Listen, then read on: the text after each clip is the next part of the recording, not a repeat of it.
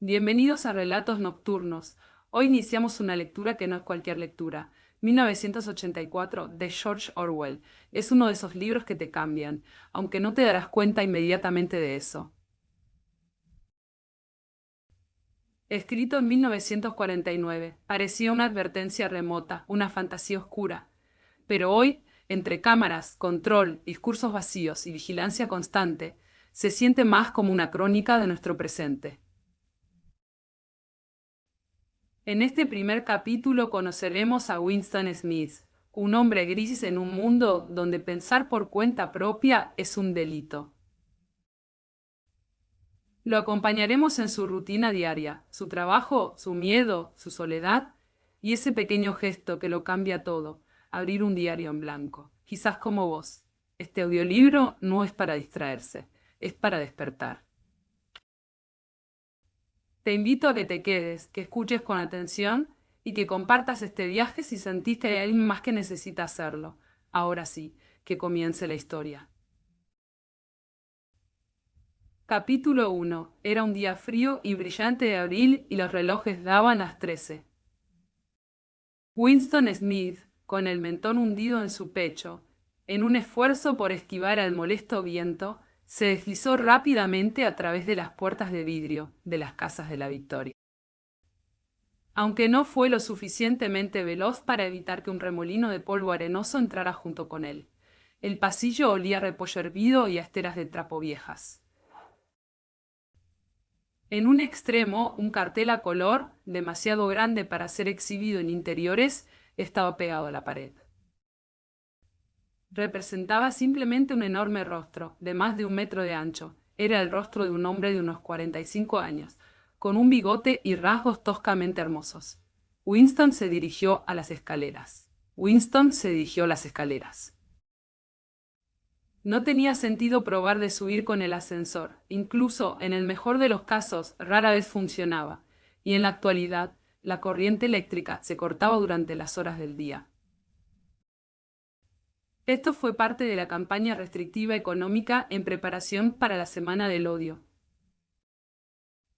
El departamento al que se dirigía Winston estaba 7 pisos más arriba, y él, que tenía 39 años y una úlcera varicosa por encima de su tobillo derecho, subió lentamente, descansando varias veces en el camino.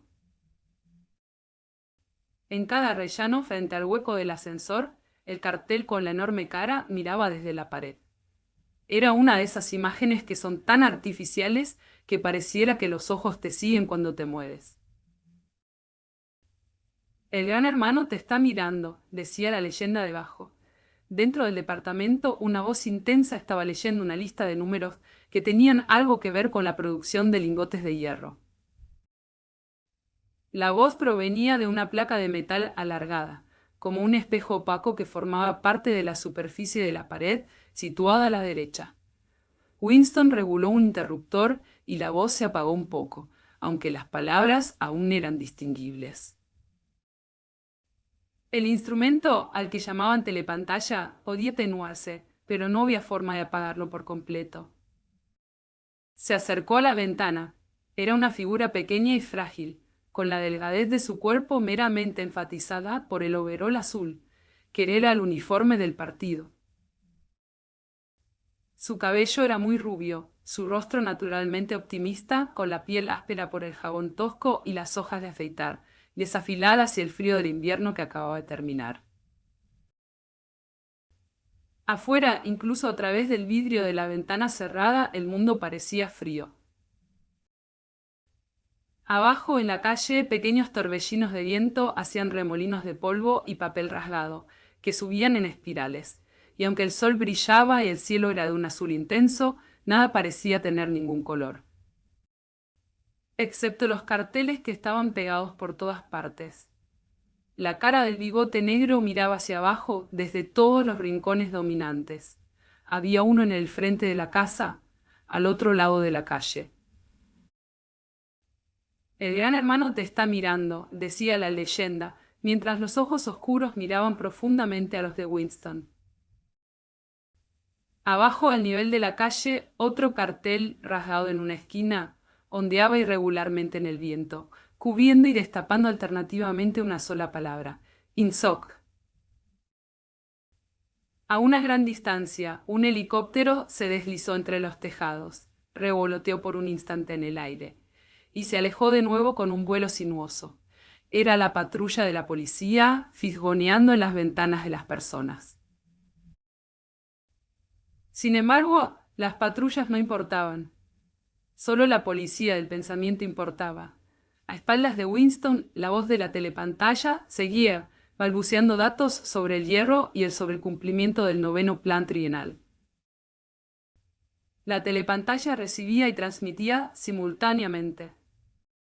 Cualquier sonido que hiciera Winston por encima del nivel de un sonido bajo como un susurro sería captado por ella. Además, mientras permaneciera dentro del campo de visión que ordenaba la placa de metal, podía ser visto y oído.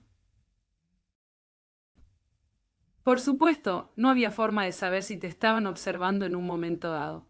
¿Con qué frecuencia o en qué sistema? La policía del pensamiento conectó cualquier cable individual. Eran solo conjeturas.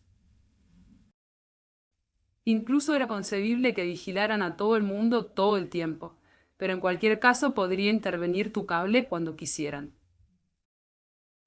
Tenías que vivir con este hábito que se convirtió en instinto, en la suposición de que cada sonido que hicieras era escuchado, y, excepto en la oscuridad, cada movimiento escudriñado.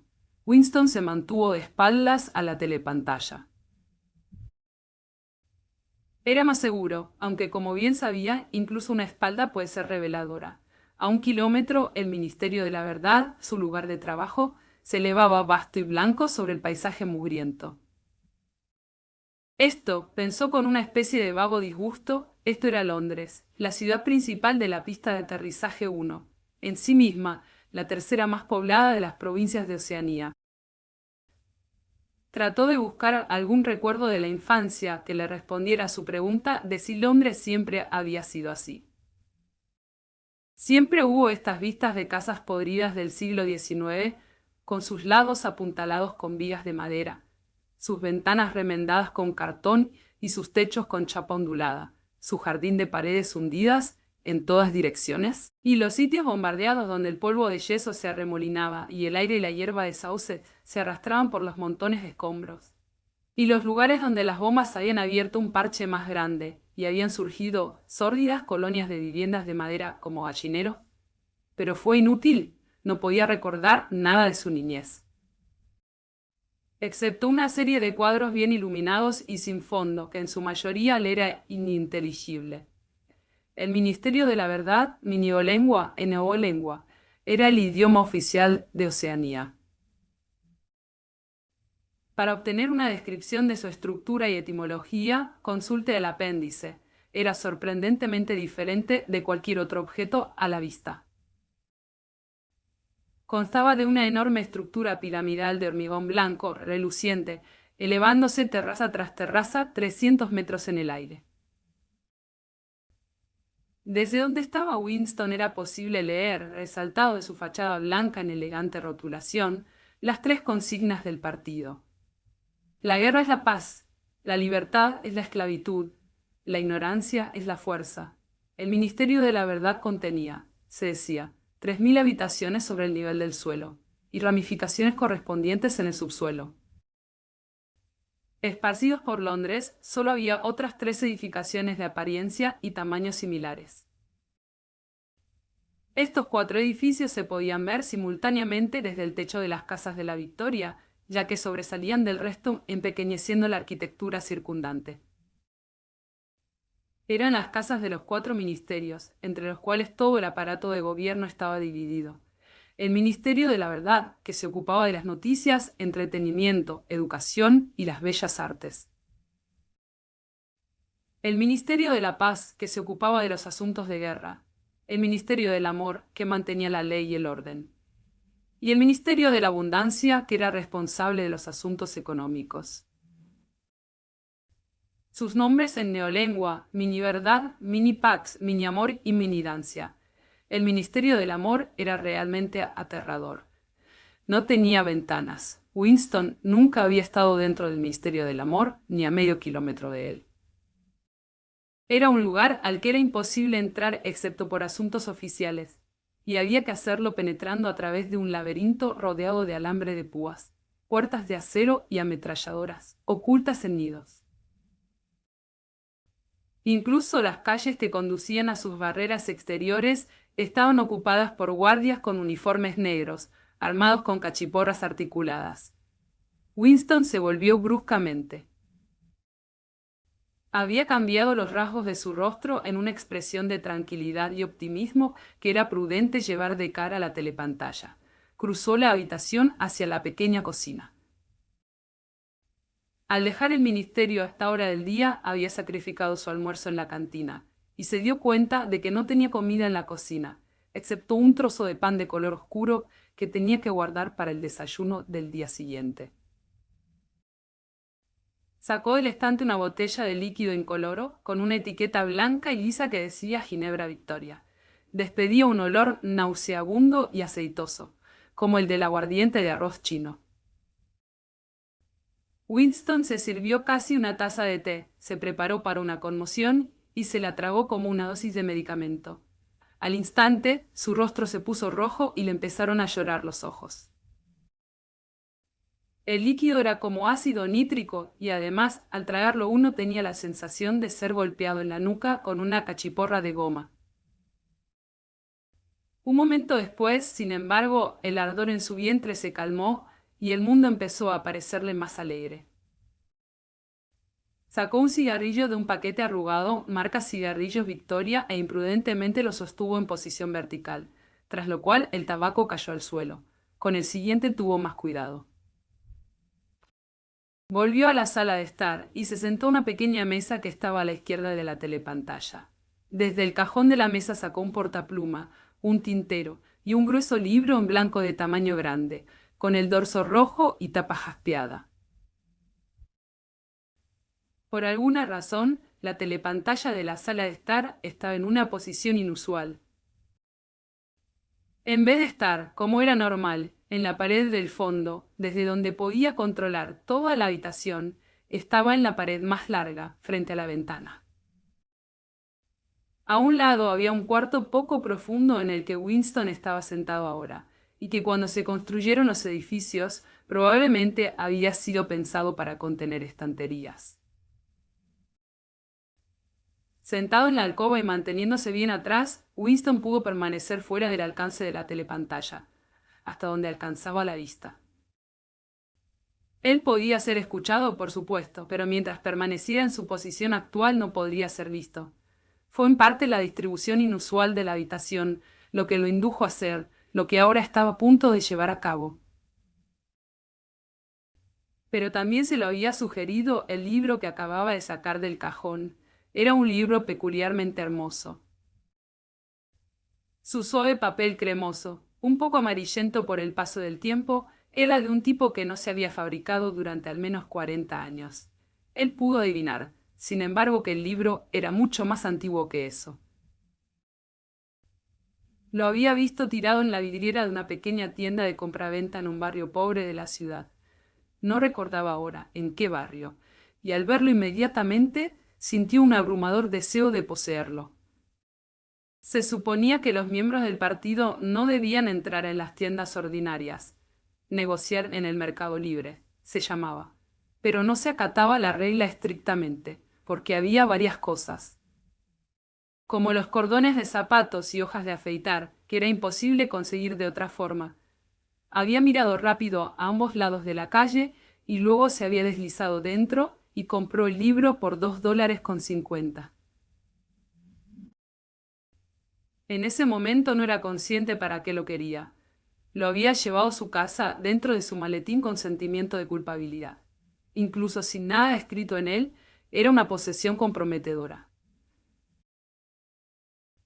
Lo que estaba a punto de hacer era comenzar un diario.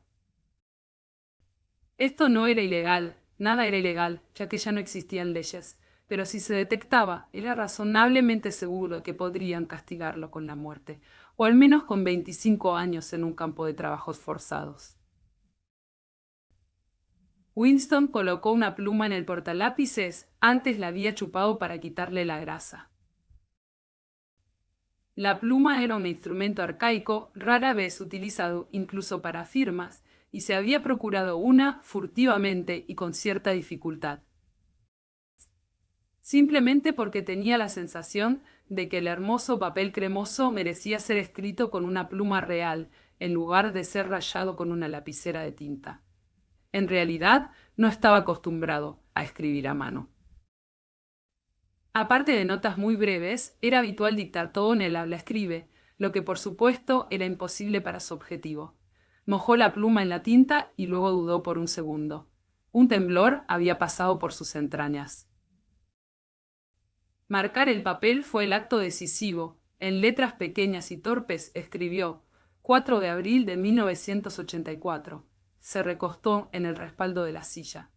Se había apoderado de él una sensación de total impotencia. Para empezar, no sabía con certeza si realmente era 1984. Debía de ser alrededor de esa fecha, ya que estaba bastante seguro de que tenía 39 años, y creía que había nacido en 1944 o 1945, pero hoy en día era difícil precisar una fecha sin errarle 1 o 2 años.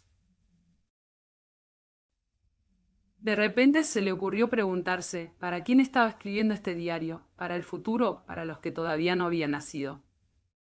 Su mente vaciló por un momento en torno a la fecha dudosa de la página, y luego se recuperó con un golpe contra la palabra neolengua, doble pensar. Por primera vez se dio cuenta de la magnitud de lo que había emprendido. ¿Cómo podría comunicarse con el futuro? Era imposible por su naturaleza. O el futuro se parecería al presente, en cuyo caso no lo escucharía, o sería diferente de él, y su situación no tendría sentido. Durante algún tiempo se quedó mirando estúpidamente el papel. La telepantalla había cambiado ahora a una estridente música militar.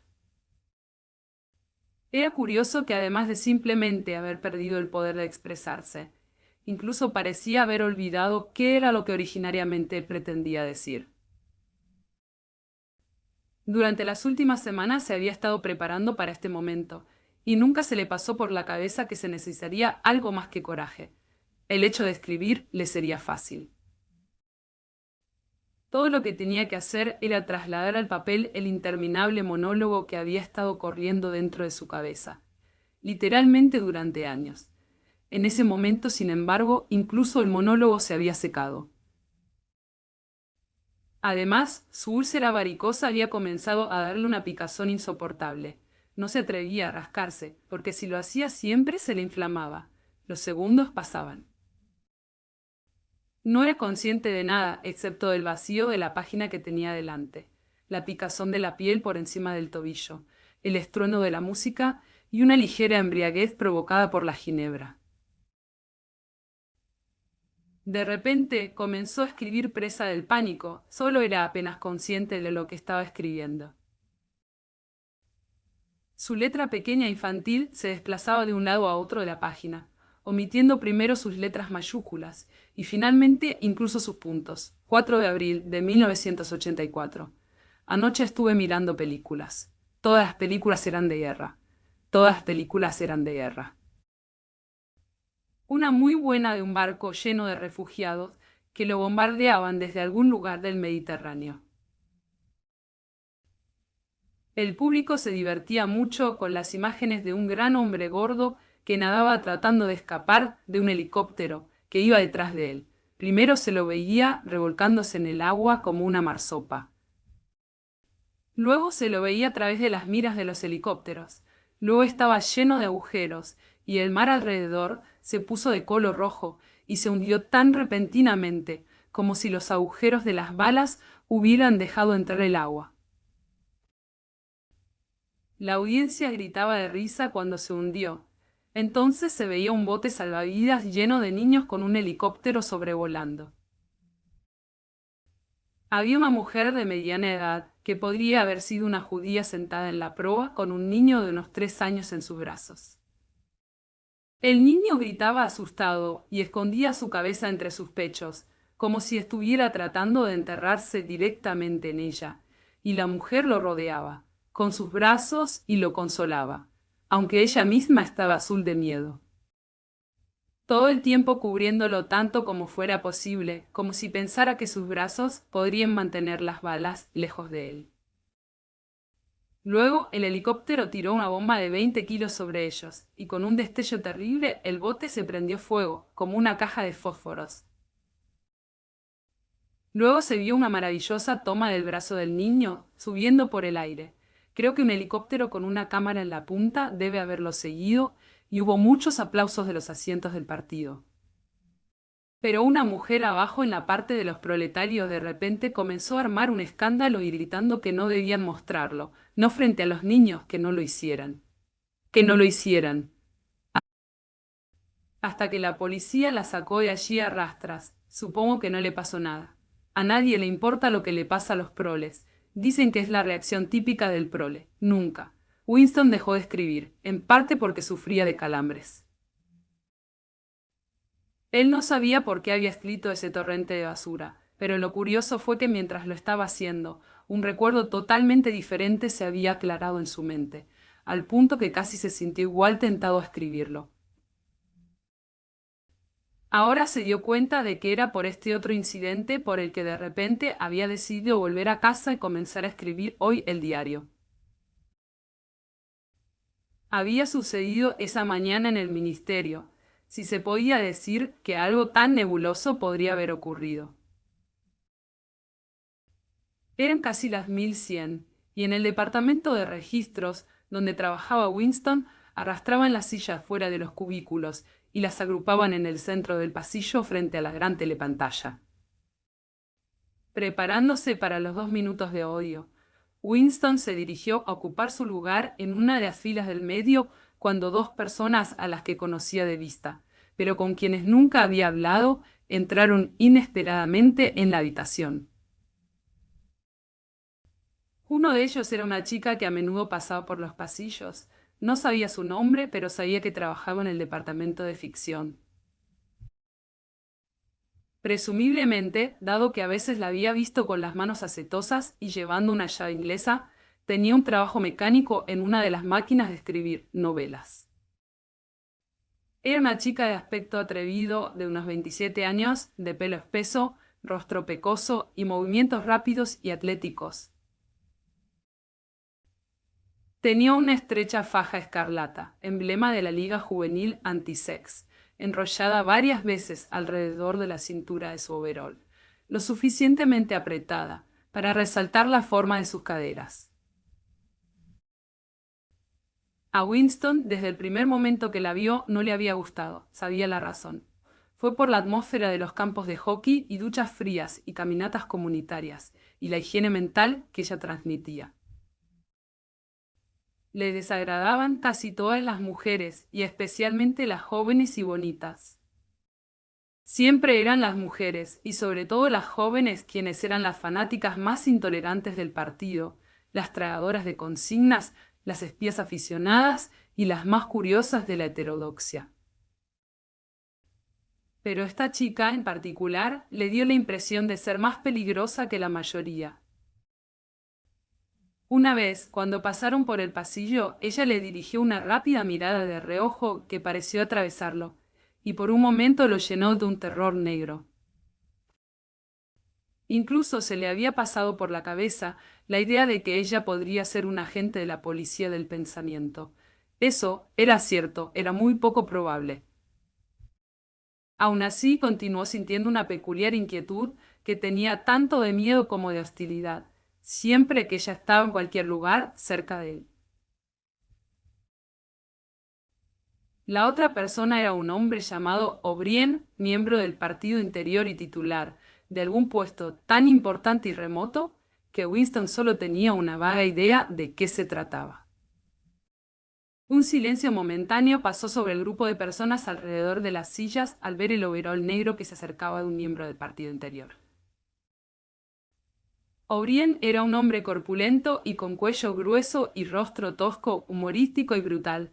A pesar de su formidable apariencia, tenía cierto encanto en sus modales. Tenía la costumbre de acomodarse los anteojos en la nariz, lo cual era curiosamente tranquilizante, y de alguna manera indefinible, llamativamente civilizado. Era un gesto que, si alguien hubiera pensado todavía en esos términos, le podría haber recordado a un noble del siglo XVIII, ofreciendo su caja de rapé. Winston había visto a O'Brien tal vez una docena de veces en casi la misma cantidad de años.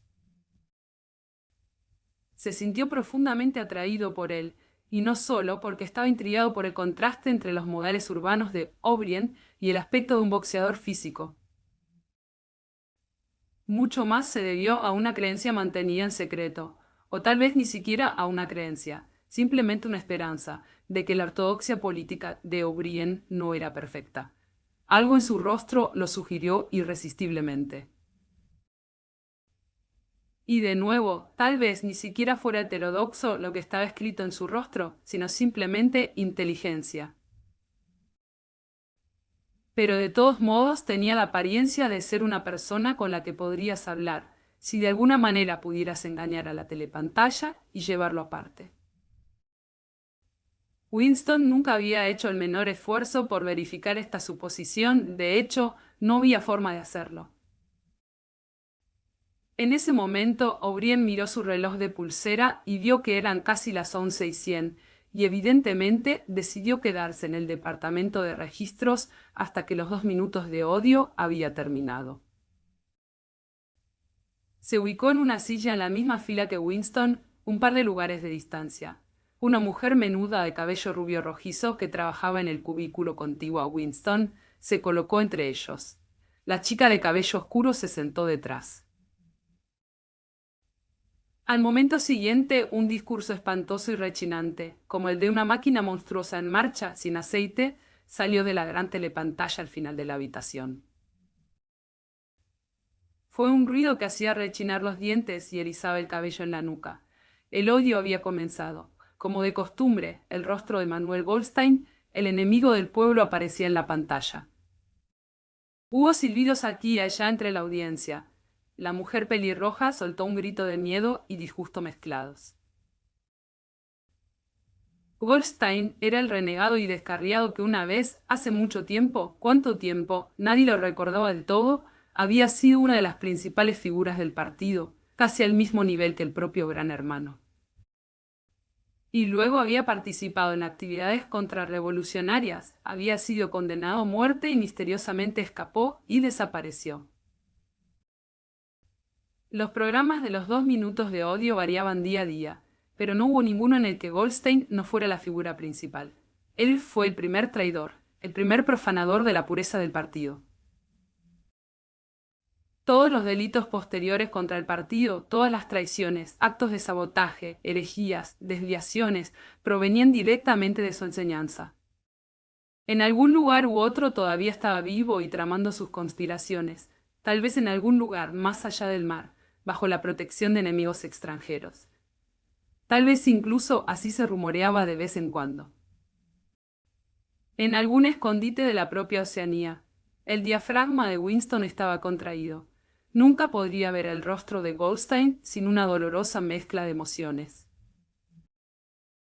Era un rostro judío delgado, con una gran aureola borrosa de cabello blanco y una pequeña barba de perilla, una cara inteligente y, sin embargo, de alguna manera inherentemente despreciable.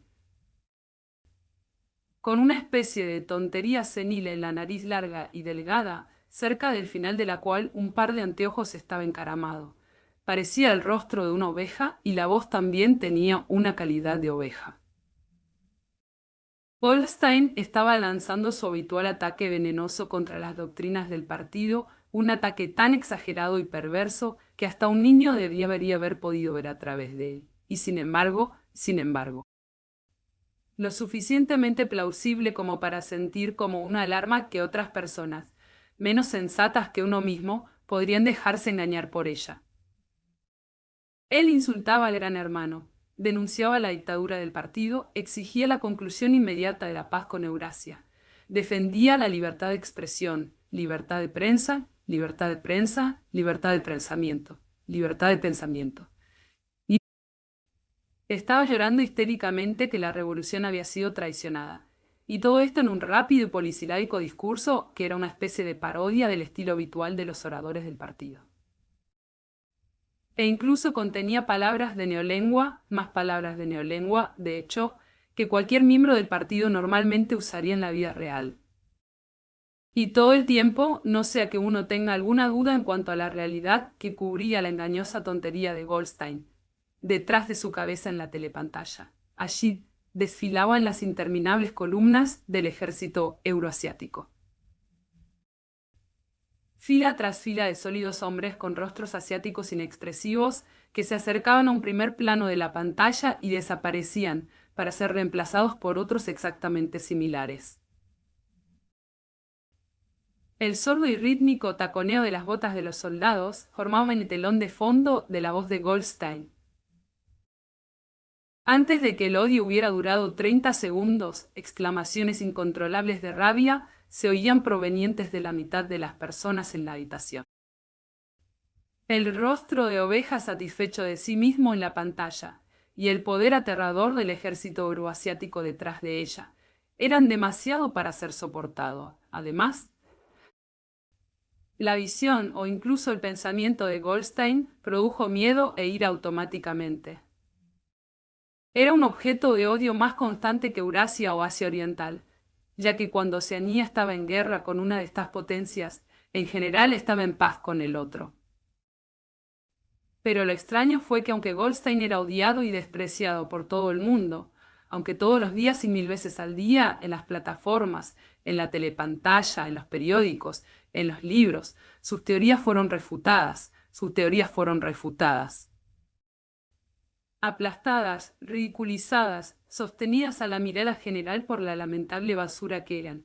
A pesar de todo esto, su influencia nunca pareció disminuir. Siempre había nuevos incautos esperando ser seducidos por él. Nunca pasaba un día en el que los espías y saboteadores que actuaban bajo sus instrucciones fueran atrapados por la policía del pensamiento. Era el comandante de un vasto ejército sombrío, una red clandestina de conspiradores dedicados al derrocamiento del Estado. La hermandad se suponía que se llamaba. También se murmuraron historias de un terrible libro, un compendio de todas las herejías, de las cuales Goldstein fue el autor y que circulaba clandestinamente aquí y allá. Era un libro sin título.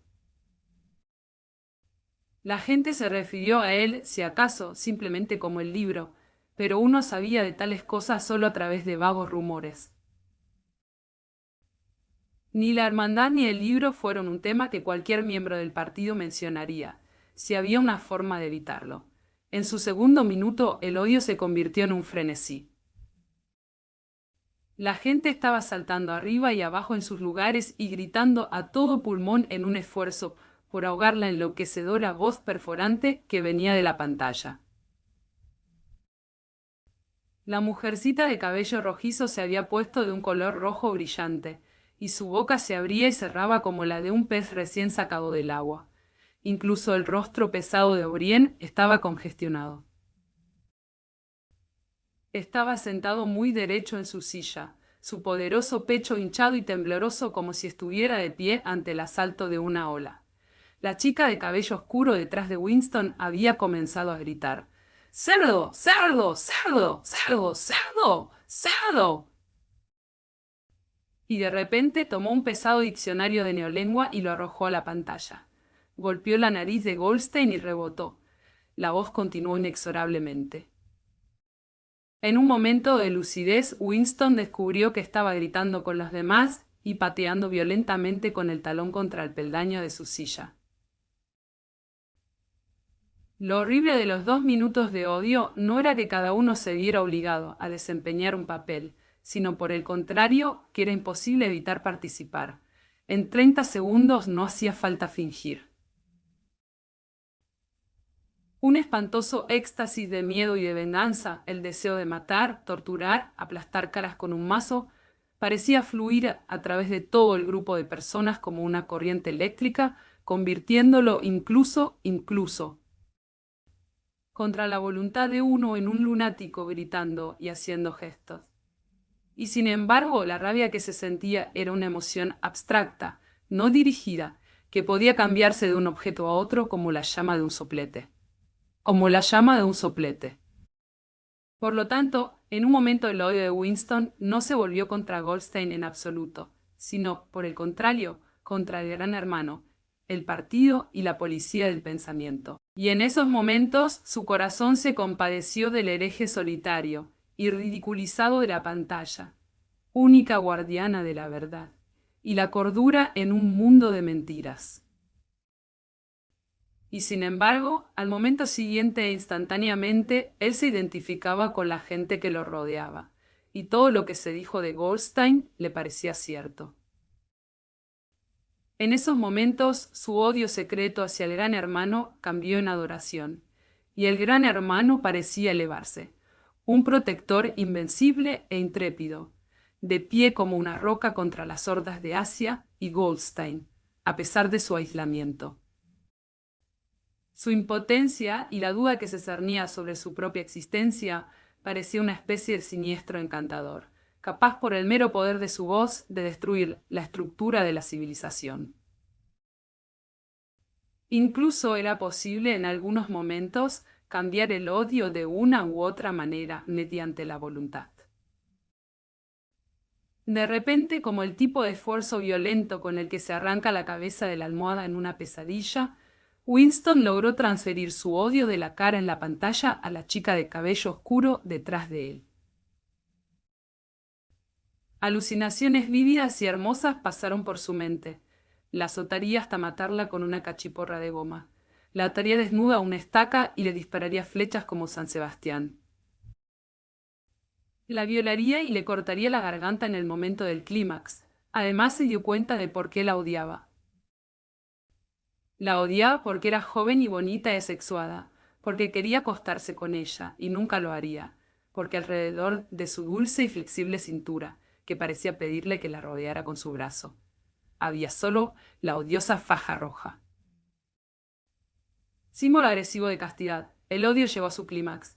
La voz de Goldstein se había convertido en el balido de una oveja real, y por un instante el rostro se transformó en el de una oveja.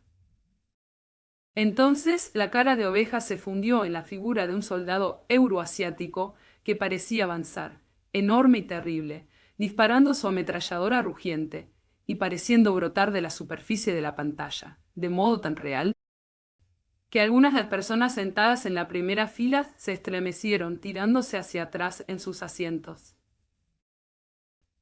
Pero en el mismo momento, sacando un profundo suspiro de alivio de todos, la figura hostil se fundió en el rostro del Gran Hermano, de pelo negro, bigote negro, lleno de poder, misterioso y tranquilo, y tan vasto que casi llenó la pantalla. Nadie escuchó lo que dijo el Gran Hermano. Fueron simplemente unas pocas palabras de aliento, el tipo de palabras que se pronuncian en el estruendo de la batalla, no distinguible individualmente, pero restaurando la confianza por el hecho de ser hablado. Entonces el rostro del Gran Hermano se desvaneció de nuevo, y en su lugar las tres consignas del partido se destacaban en mayúsculas en negrita. La guerra es la paz. La libertad es la esclavitud. La ignorancia es la fuerza. Pero el rostro del Gran Hermano pareció persistir durante varios segundos en la pantalla. Como si el impacto que había tenido en los ojos de todos era demasiado vívido para desaparecer inmediatamente. La mujercita de cabello color rojizo se había arrojado hacia adelante sobre el respaldo de la silla frente a ella. Con un murmullo trémulo que sonaba como «Mi Salvador», ella extendió los brazos hacia la pantalla. Luego enterró su rostro entre sus manos. Sin duda estaba rezando una oración. En ese momento, todo el grupo de personas rompió en un canto profundo, lento y rítmico de GH. 1, GH. Una y otra vez, muy lentamente, con una larga pausa entre la primera, G, y la H. Un sonido pesado, un sonido pesado. Un murmullo de alguna manera curiosamente salvaje, en el fondo del cual uno parecía oír las pisadas de pies descalzos y el latido de tam-tam. Tal vez durante unos 30 segundos siguieron así. Era un estribillo que a menudo se oía en momentos de emoción abrumadora. En parte fue una especie de himno a la sabiduría y majestad del Gran Hermano, pero aún más fue un acto de autohipnosis, un ahogamiento deliberado de la conciencia por medio del ruido rítmico. Las entrañas de Winston parecían enfriarse. En los 2 minutos de odio no pudo evitar compartir el delirio general, pero este canto subhumano de jejache, jejache, siempre lo llenaba de horror. Desde luego que cantaba con el resto. Era imposible hacer otra cosa. Disimular los sentimientos, controlar el rostro, hacer lo que todos los demás estaban haciendo, era un instinto natural. Pero hubo un espacio de un par de segundos durante el cual la expresión de sus ojos posiblemente podrían haberlo traicionado. Y fue exactamente en ese momento que sucedió algo significativo, si es que sucedió. Momentáneamente captó la mirada de O'Brien. Este se había puesto de pie. Se había quitado sus anteojos y estaba a punto de volver a colocárselos en su nariz con su gesto característico. Pero hubo una fracción de segundo cuando sus miradas se encontraron, y durante el tiempo que tardó Winston sabía, sí sabía, que O'Brien estaba pensando lo mismo que él mismo. Había pasado un mensaje inconfundible. Era como si sus dos mentes se hubieran abierto y los pensamientos fluyeran de uno a otro a través de sus ojos. Estoy contigo, parecía decirle a O'Brien. Sé exactamente lo que estás sintiendo. Sé todo sobre tu desprecio, tu odio, tu repugnancia, pero no te preocupes, estoy de tu lado. Y entonces el destello de inteligencia desapareció, y el rostro de O'Brien era tan inescrutable como el de todos los demás. Eso fue todo, y ya no estaba seguro de si había sucedido. Tales incidentes nunca dejaban alguna secuela. Todo lo que hacían era mantener viva en él la creencia, o la esperanza, de que otros además eran enemigos del partido. Quizá los rumores de conspiraciones subterráneas, después de todo, eran ciertas. Quizá la hermandad realmente existe. Fue imposible, a pesar de las interminables detenciones, confesiones y ejecuciones. Estar seguro de que la hermandad no era simplemente un mito. Algunos días creía en él, otros no. No había pruebas, solo vislumbres fugaces que podrían significar algo o nada. Fragmentos de conversaciones escuchadas, tenues garabatos en las paredes de los lavabos, hasta incluso cuando dos extraños se encontraban. Un pequeño movimiento de la mano que parecía como si fuera una señal de reconocimiento. Todo eran conjeturas. Muy probablemente se lo había imaginado todo. Él había regresado a su cubículo sin volver a mirar a O'Brien. La idea de hacer un contacto momentáneo apenas cruzó por su mente. Hubiera sido en extremo peligroso, incluso si hubiera sabido cómo empezar a hacerlo. Por un segundo, 2 segundos, habían intercambiado una mirada equívoca, y ese fue el final de la historia. Pero incluso eso fue un acontecimiento memorable, en la soledad hermética en la que había que vivir. Winston se levantó y se enderezó. Dejó escapar un eructo. La ginebra estaba haciendo su efecto en el estómago. Sus ojos se volvieron a enfocar en la página. Descubrió que mientras permanecía sentado meditando impotente, también había estado escribiendo, como por acción automática. Y ya no era la misma letra apretada e incómoda como antes.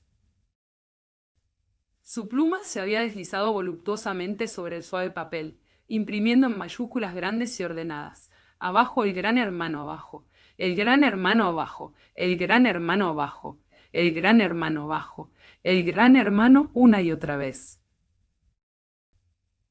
Llenando media página, no pudo evitar sentir una punzada de pánico. Era absurdo, ya que la escritura de aquellas palabras particulares no era más peligroso que el acto inicial de abrir un diario. Pero por un momento tuvo la tentación de arrancar las páginas ya escritas y abandonar la empresa en su totalidad. Sin embargo, no lo hizo porque sabía que era inútil.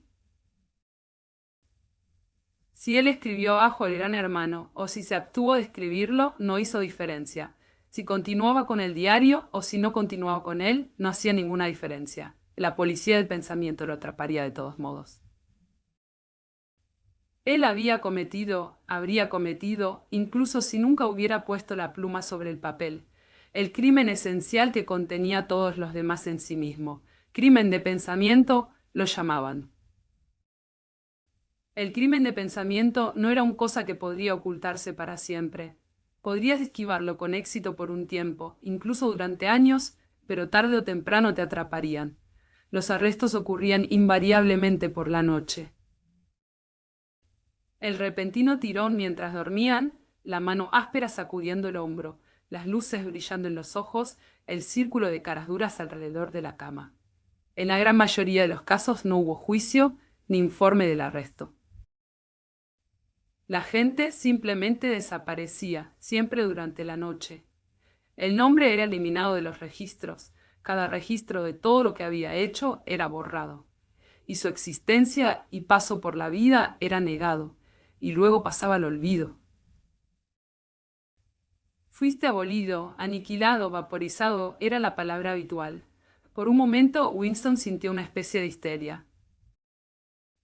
Empezó a escribir apresuradamente, de manera desordenada con garabatos. Me dispararán, no me importa, me dispararán en la nuca, no te preocupes por el gran hermano. Siempre te disparan en la nuca, no me importa el gran hermano. Apoyó la espalda en su silla, un poco avergonzado de sí mismo, y dejó la pluma. De repente se sobresaltó violentamente. Llamaron a la puerta. Se quedó tan quieto como un ratón, con la vana esperanza de que quienquiera que fuera se retirara después de ver que no le abrían. Pero no se repitieron los golpes. Lo peor de todo sería tardar en abrir. Su corazón le latía como un tambor, pero su rostro, ya sea por costumbre, probablemente estaba inexpresivo. Se levantó y avanzó pesadamente hacia la puerta. Capítulo 2. Cuando puso la mano en el pomo de la puerta, Winston vio que había dejado el diario abierto en la mesa.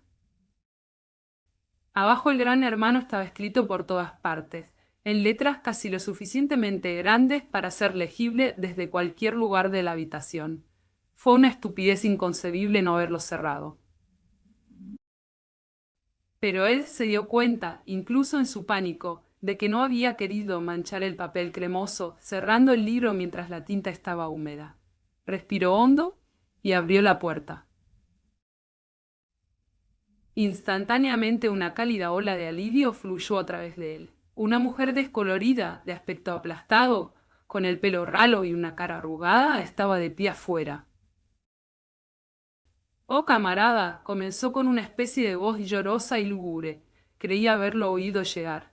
¿Cree que podría cruzarse y mirar la pileta de mi cocina? Se ha bloqueado. Y era la señora Parsons, la esposa de un vecino del mismo piso. Señora era una palabra algo desacreditada por el partido. Se suponía que debía llamar a todos camarada, pero con algunas mujeres se usaba instintivamente. Era una mujer de unos 30 años, pero parecía mucho mayor.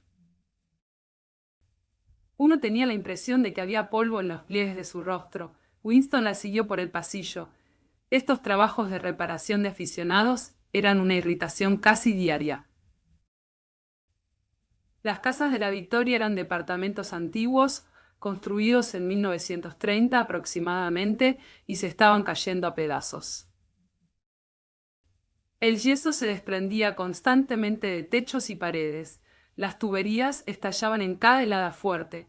El techo goteaba cada vez que había nieve. El sistema de calefacción generalmente funcionaba a media velocidad, o cuando no se apagaba por completo por motivos económicos.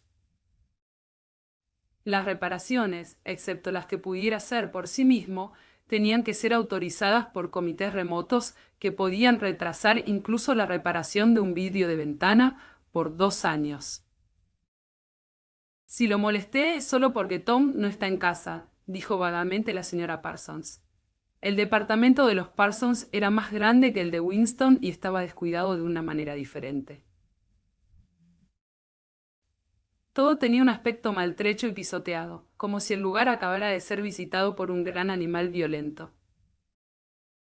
Juegos de deportes, palos de hockey, guantes de boxeo, una pelota de fútbol, un par de pantalones cortos sudorosos al revés, yacían por todo el suelo. Y sobre la mesa había un montón de platos sucios y cuadernos de ejercicios con las esquinas de las hojas dadas vuelta. En las paredes había estandartes rojos de la Liga Juvenil y los espías y un póster de tamaño completo del Gran Hermano. Estaba el olor habitual a repollo hervido, común a todo el edificio, pero atravesado por un hedor a sudor más agudo, que uno lo sentía a la primera inhalación. Aunque era difícil de decir cómo se sabía, era el sudor de alguna persona que no estaba presente en ese momento. En otra habitación, alguien con un peine y un trozo de papel higiénico estaba tratando de acompañar en sintonía con la música militar, que aún salía de la telepantalla. Son los niños, dijo la señora Parsons, lanzando una mirada medio aprensiva a la puerta. No han salido hoy, y por supuesto ella tenía la costumbre de dejar sus frases a la mitad. La pileta de la cocina estaba llena casi hasta el borde con agua sucia, verdosa, que olía peor que nunca a repollo. Winston se arrodilló y examinó la junta angular de la tubería. Odiaba usar sus manos y odiaba agacharse, lo que siempre podía provocarle tos. La señora Parsons lo miraba desanimada. Por supuesto que si Tom estuviera en casa, lo arreglaría en un momento, dijo. Él ama reparar cosas como esas. Es muy bueno con las manos, Tom es. Parsons era compañero de trabajo de Winston en el Ministerio de la Verdad.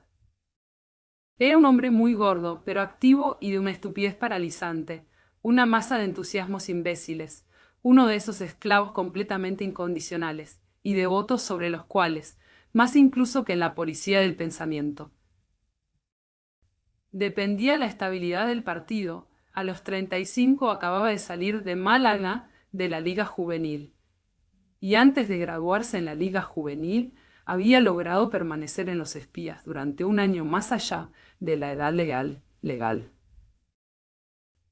En el ministerio ocupaba un puesto subordinado para el que no se requería inteligencia, pero por otro lado era una figura destacada en el comité de deportes y todos los demás comités dedicados a la organización de caminatas comunitarias. Manifestaciones espontáneas, campañas de ahorro y actividades voluntarias en general. Él te informaría con tranquilidad y orgullo, entre bocanadas de pipa, de haber hecho acto de presencia en el centro de la comunidad, todas las noches durante los últimos 4 años. Un olor abrumador a sudor, una especie de testimonio inconsciente de la fatiga de su vida, lo seguía por donde quiera que iba, e incluso se quedaba detrás de él después de haberse ido. ¿Tiene una llave inglesa?, preguntó Winston, jugueteando con la tuerca de la junta angular. Una llave inglesa, dijo la señora Parsons, paralizándose inmediatamente. No lo sé, por supuesto. Quizá los niños. En la sala de estar hubo un pisoteo de botas y trompetazos con el peine mientras los niños jugaban. La señora Parsons trajo la llave inglesa. Winston abrió el agua y eliminó con disgusto el manojo de cabello humano que había bloqueado la tubería. Limpió sus dedos lo mejor que pudo en el agua fría de la canilla y volvió a la otra habitación. ¡Arriba las manos!, gritó una voz salvaje. Un chico de 9 años, apuesto y aspecto duro, había aparecido detrás de la mesa y estaba amenazándolo con una pistola automática de juguete, mientras su hermana pequeña, de unos 2 años más joven, hizo el mismo gesto con un trozo de madera.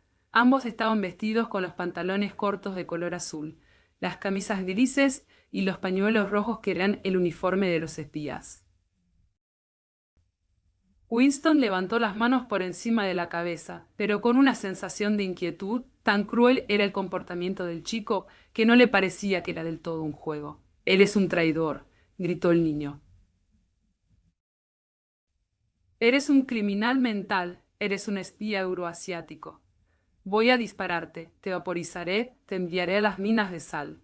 De repente, ambos saltaron a su alrededor, gritando «traidor» y «criminal mental». Traidor y criminal mental. La niña imitaba a su hermano en cada movimiento. De alguna manera fue un poco aterrador, como el retozar de los cachorros de tigre que pronto se convertirán en devoradores de hombres. Había una especie de ferocidad calculadora en los ojos del chico, un deseo bastante evidente de golpear o patear a Winston y la convicción de ser casi lo suficientemente grande para hacerlo. Qué suerte que no era una pistola real lo que sostenía, pensó Winston.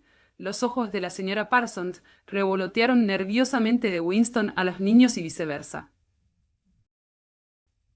Como en la sala de estar había mejor luz, Winston notó que en realidad había polvo en las arrugas de su rostro.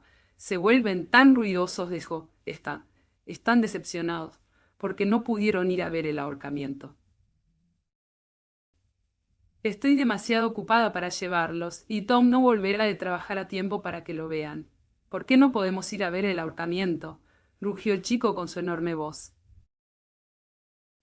Queremos ver el ahorcamiento, queremos ver el ahorcamiento, gritó la niña, todavía dando saltos alrededor. Algunos prisioneros euroasiáticos, culpables de crímenes de guerra, serían ahorcados en el parque aquella tarde, recordó Winston. Esto sucedía aproximadamente una vez al mes, y era un espectáculo popular. Los niños siempre pedían que los llevaran a verlo. Se despidió de la señora Parsons y se dirigió hacia la puerta. Pero no había bajado 6 escalones por el pasillo cuando algo golpeó la parte de atrás de su cuello, produciéndole un dolor terrible y doloroso. Era como si le hubieran clavado un alambre al rojo vivo.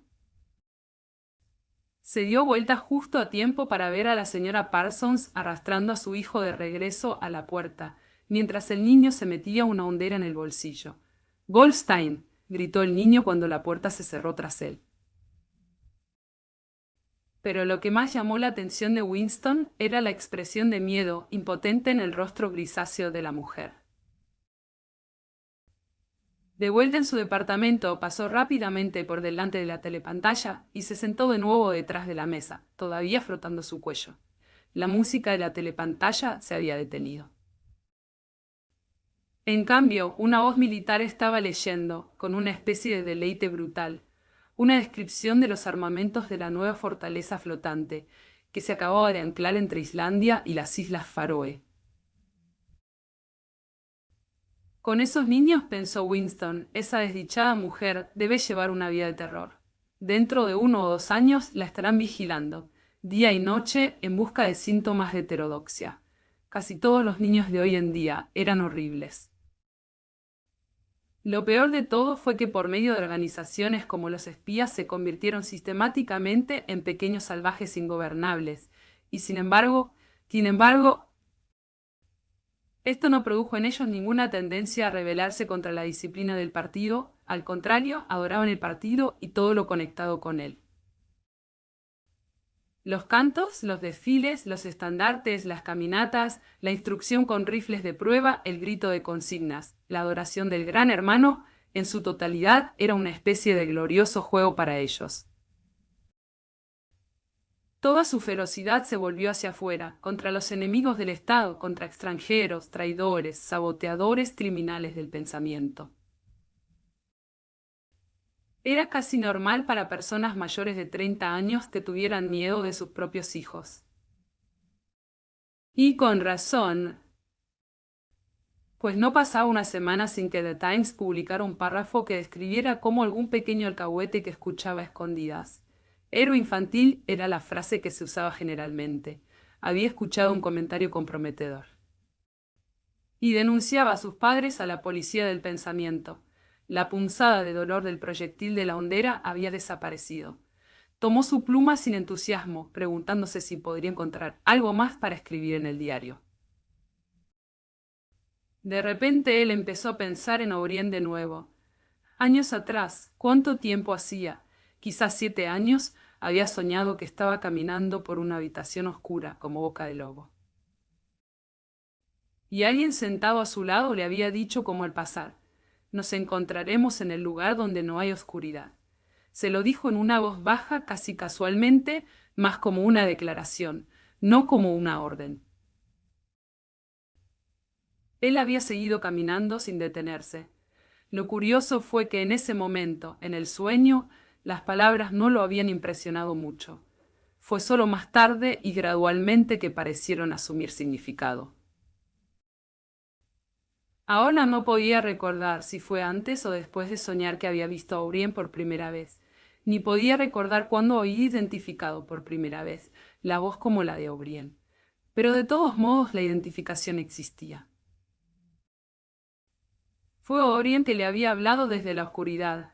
Winston nunca había podido estar seguro, incluso después del destello de ojos de esta mañana, de si O'Brien era un amigo o un enemigo, ni tampoco le importaba mucho. Había un vínculo de entendimiento entre ellos, más importante que el cariño o el partidismo. Nos encontraremos en el lugar donde no hay oscuridad, le había dicho. Winston no sabía lo que significaba, solo que de una forma u otra esas palabras se harían realidad. La voz de la telepantalla se detuvo. Una llamada de trompeta, clara y hermosa, flotó en el aire estancado. La voz continuó roncamente. Atención, su atención, por favor. Una noticia de última hora ha llegado este momento desde el frente Malabar. Nuestras fuerzas en el sur de la India han obtenido una gloriosa victoria. Estoy autorizado a decir que la acción que ahora estamos informando bien puede llevarnos a estar cerca de finalizar la guerra. Aquí está la noticia de última hora. Vienen malas noticias, pensó Winston. Y efectivamente siguió una sangrienta descripción de la aniquilación de todo un ejército euroasiático, con estupendas cifras de muertos y prisioneros, para luego anunciar de que, a partir de la próxima semana, la ración de chocolate se reduciría de 30 gramos a 20. Winston eructó de nuevo. La ginebra dejaba de hacerle efecto, dejando una sensación de desinflado. La telepantalla, tal vez para celebrar la victoria, tal vez para ahogar el recuerdo del chocolate perdido, lanzó los acordes de Oceanía. Esto es para ti. Se suponía que aquel que escuchara el himno debía ponerse firme estando de pie. Sin embargo, Winston siguió sentado, ya que en su posición actual no lo veían. Oceanía, esto es para ti. Terminó y comenzó una música más ligera. Winston se acercó a la ventana, dando su espalda a la telepantalla. El día todavía estaba frío y despejado. En algún lugar lejano una bomba cohete explotó con un rugido sordo y reverberante. Ahora aproximadamente 20 o 30 de ellas a la semana caían en Londres. Abajo, en la calle, el viento agitaba el cartel rasgado de un lado a otro, y la palabra INSOC aparecía y desaparecía irregularmente. INSOC, los principios sagrados del INSOC. Neolengua, doble pensar, la mutabilidad del pasado. Se sentía como si estuviera vagando por los bosques del fondo del mar, perdido en un mundo monstruoso donde él mismo era el monstruo. Estaba solo. El pasado estaba muerto, el futuro era inimaginable. ¿Qué certeza tenía de que una sola criatura humana que viviera estuviera de su lado? ¿Y cómo iba a saber si el dominio del partido no duraría para siempre? Como respuesta. Las 3 consignas sobre el rostro pálido del Ministerio de la Verdad le recordaron a él. La guerra es la paz. La libertad es la esclavitud. La ignorancia es la fuerza. Sacó de su bolsillo una moneda de 25 centavos. Allí también, en letras diminutas y claras, aparecían las mismas consignas, y en la otra cara de la moneda, la cabeza del Gran Hermano. Incluso desde la moneda, los ojos de éste te perseguían. En monedas, sellos, tapas de libros, en pancartas, carteles y envoltorios de paquetes de cigarrillos, en todas partes. Siempre los ojos que te miran y la voz que te envuelve.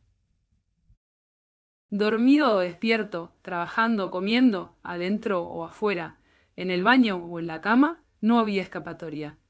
Nada era tuyo excepto los pocos centímetros cúbicos dentro de tu cráneo.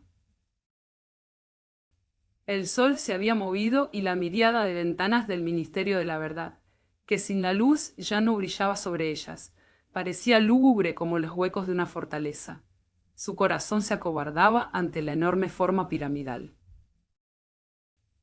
Era demasiado fuerte, no se lo podía tomar por asalto. 1000 bombas cohete no lo derribarían. Se preguntó de nuevo para quién estaba escribiendo el diario. Para el futuro, para el pasado, para una época que podría ser imaginaria. y enfrente a él no estaba la muerte sino la aniquilación.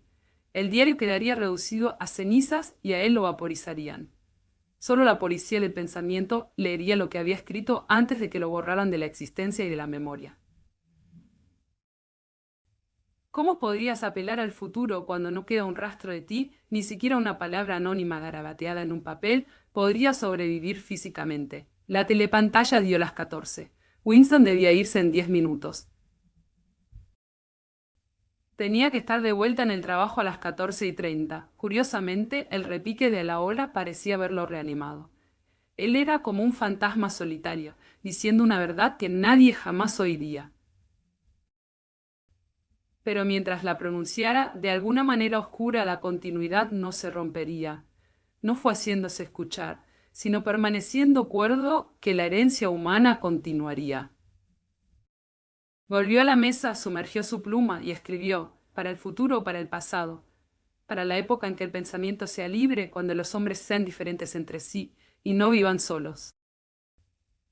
Hasta un momento en que la verdad exista y lo que se haya hecho no se pueda deshacer. Desde esta edad de uniformidad, desde esta era de soledad, desde la era del gran hermano, desde la era del doble pensamiento. Saludos, ya estaba muerto, ya estaba muerto. Reflexionó Winston. Le parecía que solo ahora, cuando había empezado a poder formular sus pensamientos, había dado el paso decisivo. Las consecuencias de cada acto están incluidas en el acto mismo. Él siguió escribiendo: el crimen del pensamiento no implica la muerte. El crimen del pensamiento es la muerte. Ahora que se había reconocido a sí mismo como un hombre muerto, se le volvió importante permanecer vivo, como sea posible. Dos dedos de su mano derecha estaban manchados de tinta. Era exactamente el tipo de detalle que podría traicionarte. Algún fanático que hubiera en el ministerio, una mujer, probablemente. Alguien como la mujercita de cabello color rojizo o la muchacha de cabello oscuro del departamento de ficción, podría comenzar a preguntarse por qué había estado escribiendo durante el intervalo del almuerzo. ¿Por qué había usado una pluma anticuada, qué había estado escribiendo, y luego dejaba caer la pista en el lugar donde correspondiera? Fue al baño y se limpió cuidadosamente la mancha de tinta con el jabón arenoso de color marrón oscuro que raspaba la piel como papel de lija, y por lo tanto era muy eficaz para su propósito. Guardó el diario en el cajón. Era bastante inútil pensar en esconderlo, pero podría al menos asegurarse de si se había descubierto o no su existencia. Un pelo colocado en los extremos de las páginas era demasiado obvio. Con la punta de su dedo tomó un grano identificable de polvo blanquecino y lo depositó en la esquina de la tapa, de donde tendría que caerse al ser sacudido o si se movía el libro. Capítulo 3. Winston estaba soñando con su madre. Debía de tener 10 u 11 años, pensó, cuando su madre desapareció. Era una mujer alta, escultural, bastante silenciosa, de movimientos lentos y magnífico cabello rubio. A su padre lo recordaba más vagamente como moreno y delgado, vestido siempre con pulcritud, ropa oscura. Winston recordaba especialmente las suelas muy finas de los zapatos de su padre, y con anteojos. Evidentemente, los dos debieron haber sido engullidos en una de las primeras grandes purgas de los años 50. En ese momento del sueño, su madre estaba sentada en algún lugar muy profundo junto a él, con su hermana pequeña en sus brazos. No recordaba a su hermana en absoluto, excepto como una pequeña y débil bebé, siempre silenciosa, con ojos grandes y vigilantes. Ambas lo estaban mirando. Estaban en algún lugar subterráneo, en el fondo de un pozo, algo como una tumba muy profunda, pero era un lugar que ya muy por debajo de él se estaba moviendo hacia abajo.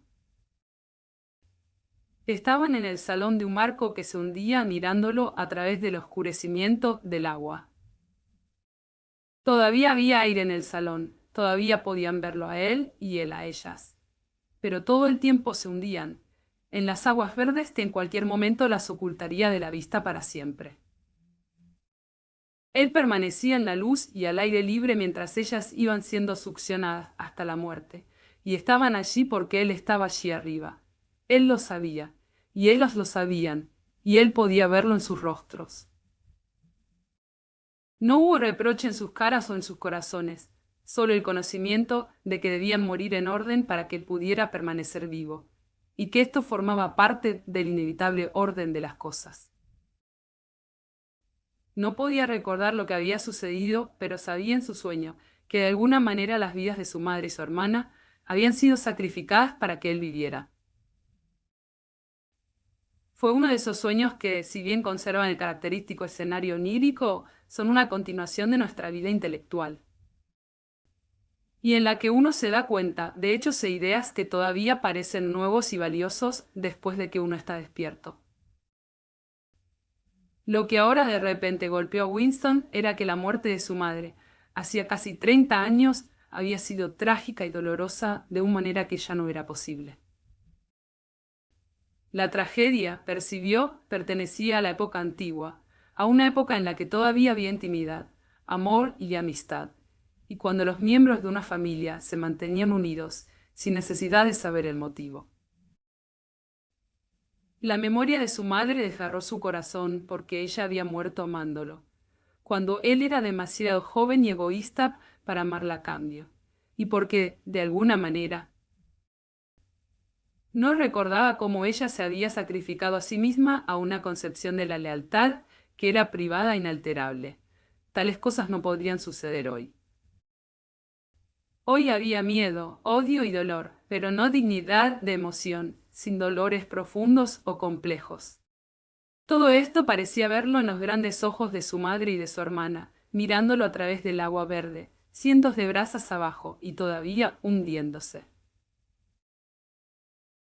De repente estaba de pie sobre un césped corto y elástico, en una tarde de verano cuando los rayos del sol doran la hierba. El paisaje que estaba mirando se repetía tan a menudo en sus sueños que nunca estuvo completamente seguro de si lo había visto o no en realidad. En sus pensamientos de vigilia lo llamó el país dorado. Era un pastizal mordido por los conejos, con un sendero atravesado por un montículo de arena aquí y allá. En el andrajoso seto, en el lado opuesto del campo, las ramas de los olmos se balanceaban muy débilmente en la brisa. Sus hojas simplemente se agitaban en densas masas como el cabello de las mujeres.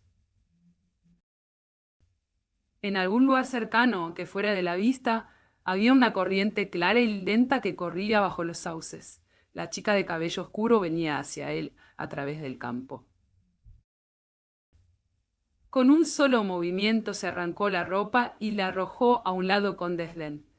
Su cuerpo estaba blanco y terso, pero no despertó ningún deseo en él. De hecho, apenas lo miró. Lo que lo abrumó en ese instante fue la admiración por el gesto con el que ella había arrojado su ropa a un lado.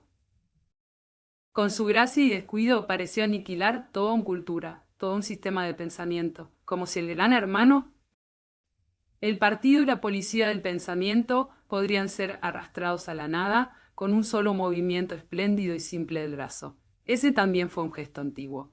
Winston se despertó con la palabra Shakespeare en sus labios. La telepantalla emitía un silbido ensordecedor que continuaba con la misma nota durante 30 segundos. Eran las 7:15, hora de levantarse para los oficinistas. Winston sacó su cuerpo de la cama, desnudo, porque un miembro del partido exterior recibía solo 0 cupones de ropa al año, y un traje de pijama costaba 600, y se apoderó de una camiseta sucia y un par de pantalones cortos que estaban sobre una silla. Los tirones o sacudidas físicos empezarían en 3 minutos. Al momento siguiente se dobló por un violento ataque de tos, que casi siempre le arremetía poco después de despertarse.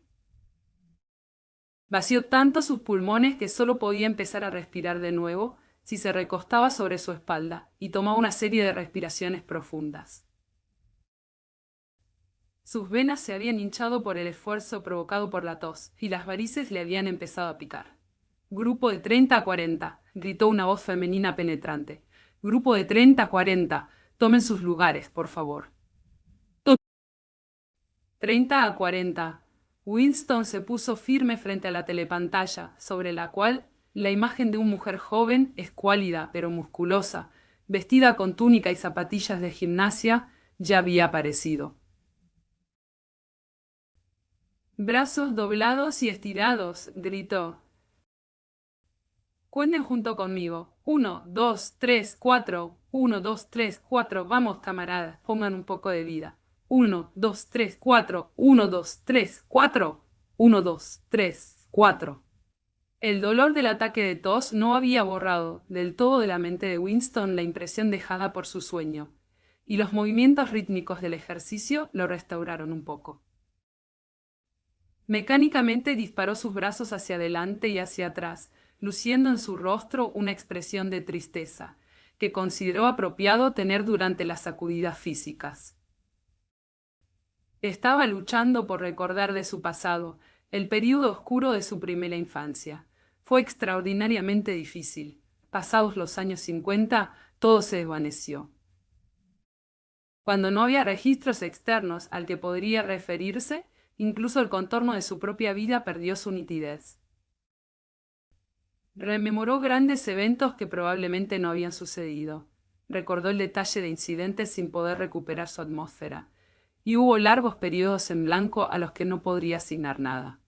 Entonces todo había sido diferente. Incluso los nombres de los países y sus formas en el mapa habían sido diferentes. Pista de aterrizaje 1, por ejemplo, no se había llamado así en aquellos días.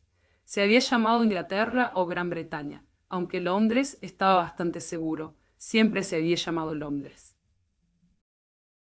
Winston no podía recordar un momento en el que su país no hubiera estado en guerra, pero era evidente que había habido un intervalo de paz bastante largo durante su infancia. Porque uno de sus primeros recuerdos era de un ataque aéreo que pareció llevarse a todos por sorpresa. Quizá fue el momento en que la bomba atómica cayó sobre Colchester. Él no recordaba la redada en sí, pero sí recordaba la mano de su padre, agarrando la suya, cuando se apresuraron hacia abajo, hacia algún lugar profundo en la tierra.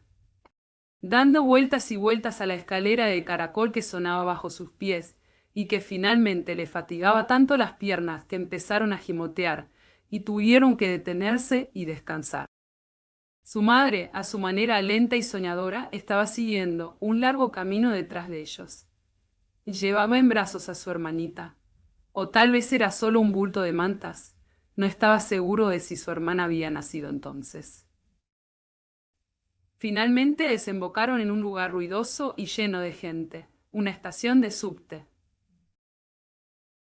Había gente sentada por todo el piso de losas de piedra y otras personas, abarrotadas y muy juntas, estaban sentadas en literas de metal, una encima de la otra. Winston, su madre y su padre encontraron un lugar en el suelo, y cerca de ellos un anciano y una anciana estaban sentados uno al lado del otro en una litera. El anciano vestía un traje oscuro decente y una gorra de tela negra echada hacia atrás, bajo la cual se asomaba un cabello muy blanco. Su rostro estaba enrojecido y sus ojos azules estaban llenos de lágrimas. Apestaba a ginebra. Parecía exhalar de su piel como sudor, y uno podría haber imaginado que las lágrimas que brotaban de sus ojos eran pura ginebra. Pero aunque un poco borracho, también estaba sufriendo un dolor que era genuino e inaguantable. A su manera infantil, Winston comprendió que algo terrible, algo que estaba más allá del perdón, y nunca podría remediarse, acababa de suceder. También parecía que él sabía lo que era. Alguien a quien el anciano amaba, tal vez una nieta, había sido asesinada.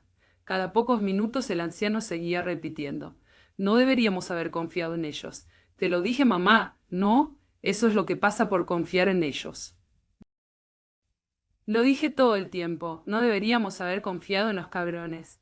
Pero Winston no podía recordar a quién se refería el viejo, ni en qué cabrones no debían haber confiado.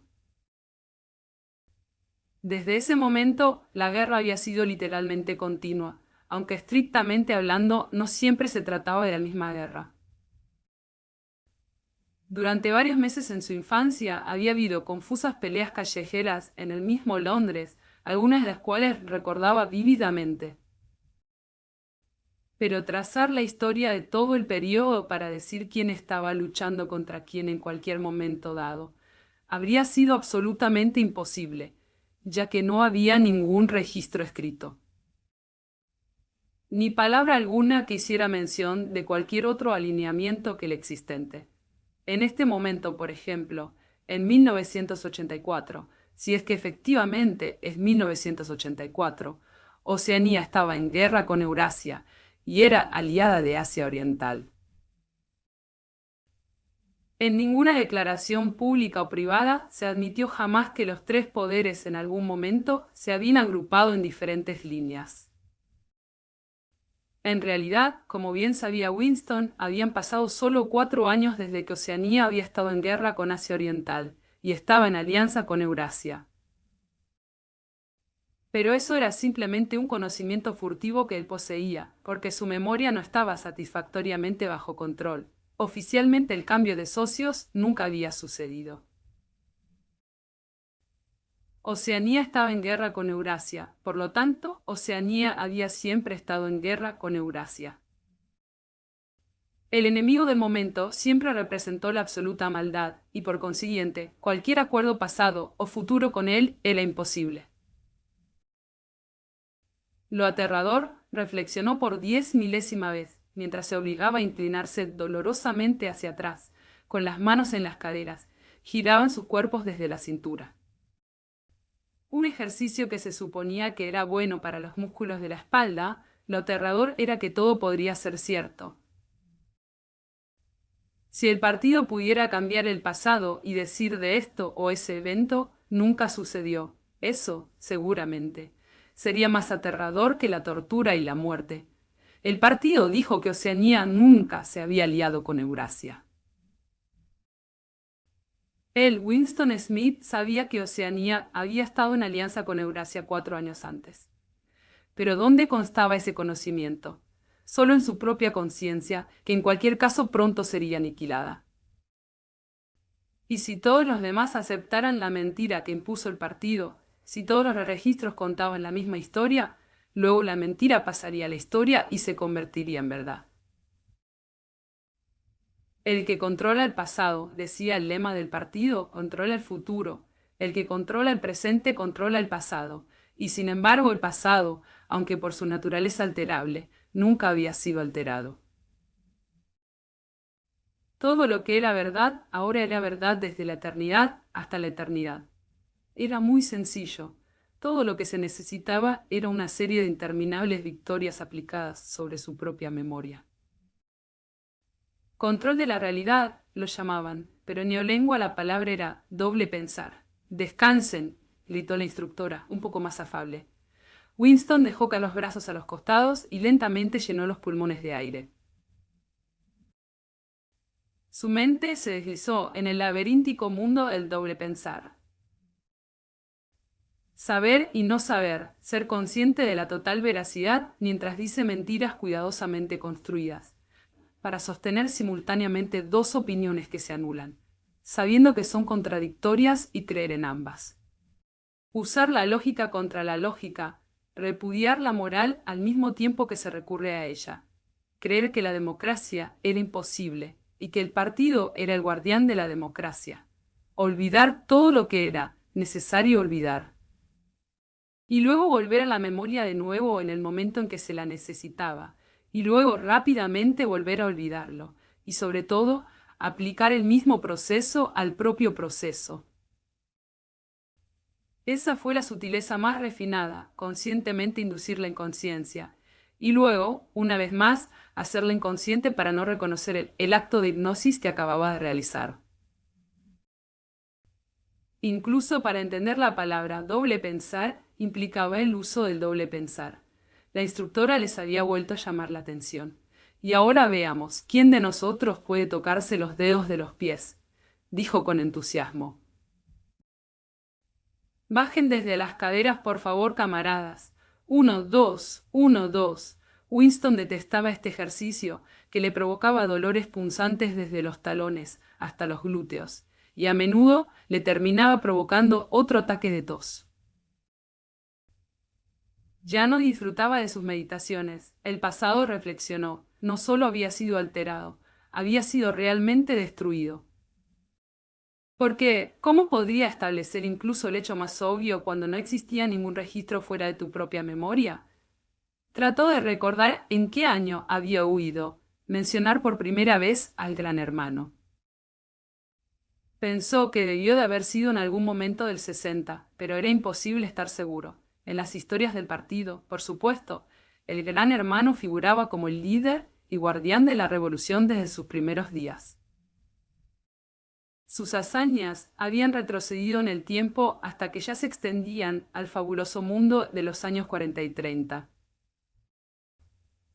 Cuando los capitalistas con sus extraños sombreros cilíndricos todavía recorrían las calles de Londres en grandes automóviles relucientes o carruajes de caballos con lados de vidrio. No se sabía cuánto de esto era verdad y cuánto inventado. Winston ni siquiera podía recordar en qué fecha el partido mismo había llegado a existir. No creía haber escuchado la palabra INSOC antes de 1960, pero era posible que su forma antigua de lingüística, es decir, socialismo inglés, había existido antes. Todo se había desvanecido en la niebla. A veces, de hecho, se podía reconocer una mentira concreta. No era cierto, por ejemplo, como se afirmó en los libros de historia del partido, que éste había inventado los aviones. Recordó los aviones desde su primera infancia. Pero no podía probar nada. Nunca hubo ninguna evidencia. Solo una vez en toda su vida había tenido en sus manos una prueba documental inconfundible de la falsificación de un hecho histórico. Y en esa ocasión, Smith, gritó la arpía desde la telepantalla. 6079. Smith W. Sí, tú. Inclínate más bajo, por favor. Puedes hacerlo mejor que eso. No te estás esforzando. Baja, por favor. Eso está mejor, camarada. Ahora, equipo, descansen todos y mírenme. Un sudor caliente y repentino había estallado por todo el cuerpo de Winston. Su rostro permaneció completamente inescrutable. Nunca muestres consternación o desánimo, nunca muestres resentimiento. Un solo destello de los ojos podrían delatarte. Se quedó mirando mientras la instructora levantaba los brazos por encima de su cabeza, y si bien no se podría decir con gracia, pero sí con notable pulcritud y eficiencia. Se inclinó y se tocó los dedos de los pies sin doblar las rodillas. Así, camaradas, así es como quiero ver que lo hagan. Mírenme de nuevo, tengo 39 años y he tenido 4 hijos. Ahora miren. Ella se inclinó de nuevo. Miren, mis rodillas no están dobladas. Todos pueden hacerlo si quieren, agregó mientras enderezaba. Cualquier persona menor de 45 años es perfectamente capaz de tocarse los dedos de los pies. No todos tenemos el privilegio de luchar en primera línea, pero al menos todos podemos mantenernos en forma. Recuerden a nuestros muchachos en el frente de Malabar. Y los marineros de las fortalezas flotantes, solo piensen en lo que han tenido que soportar. Ahora inténtelo de nuevo. Eso está mejor, camarada, mucho mejor, añadió alentadoramente cuando Winston, con una estocada violenta, logró tocarse los dedos de los pies, sin doblar las rodillas, por primera vez en varios años. Acabamos de conocer a Winston, y con él un mundo donde la mentira es ley, y la memoria un crimen. 1984 no necesita monstruos ni fantasmas. El verdadero terror es cotidiano, las pantallas que observan, los hijos que delatan, el pasado que desaparece. En este primer paso, Winston se atreve a escribir: abajo el Gran Hermano. Un gesto pequeño, pero en este universo eso basta para ser condenado. ¿Hasta dónde llega el control? ¿Cómo se resiste en silencio?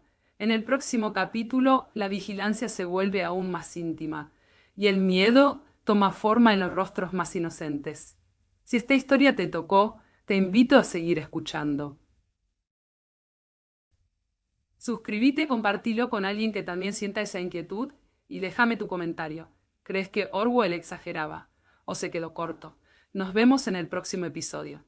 Mientras tanto, elegí qué pensamientos dejas nacer. Porque algunos, aunque no se digan, ya te vigilan.